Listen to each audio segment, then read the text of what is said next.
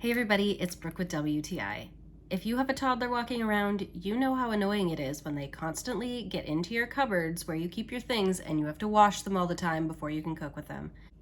We got these Oozy child safety latches and I have been so happy ever since. And I love that they could go on the inside so you don't have to see them on the outside all the time.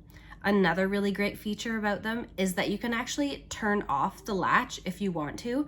So if it's nighttime or nap time and you don't want to have to keep using the magnetic lock to get in, you can unlatch it so that it's not going to lock on you every time you close the drawer. My main concerns were my kitchen cupboards and also where I keep my cleaning supplies, which is in the bathroom.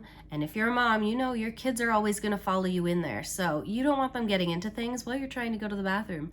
I really like that it came with 2 of the magnetic keys, so I can keep one in my kitchen and one in my bathroom. If you have toddlers constantly getting into your cupboards or you want to keep them out of certain places, these are the perfect locks. I love that you can turn them on and turn them off when you don't need them.